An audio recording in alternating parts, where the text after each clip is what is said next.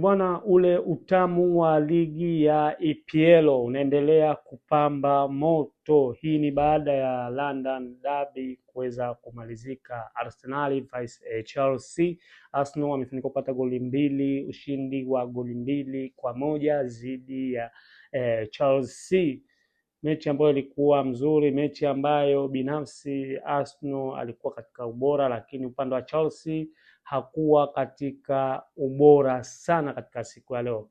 Kwa hiyo matokeo ni kwamba Arsenal ilifanikiwa kupata ushindi wa goli 2-1 na kuwa kinara katika msimamo wa ligi kwa kuwa na pointi 64 katika michezo 29, akiwa mpinzani wake mkubwa ni Manchester City akiwa na pointi 59 katika michezo 28.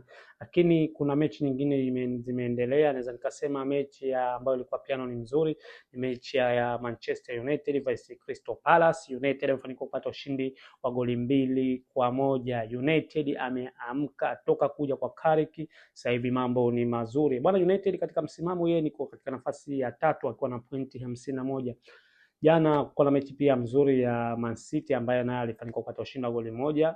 Kwa hiyo naweza nikasema kwa sasa ligi ya EPL inaendelea kupamba moto. Kila mmoja anataka kumalizia nafasi nzuri ya kuweza kuchukua kombe. Bwana, hii ni HSM Sport na mimi ni HSM.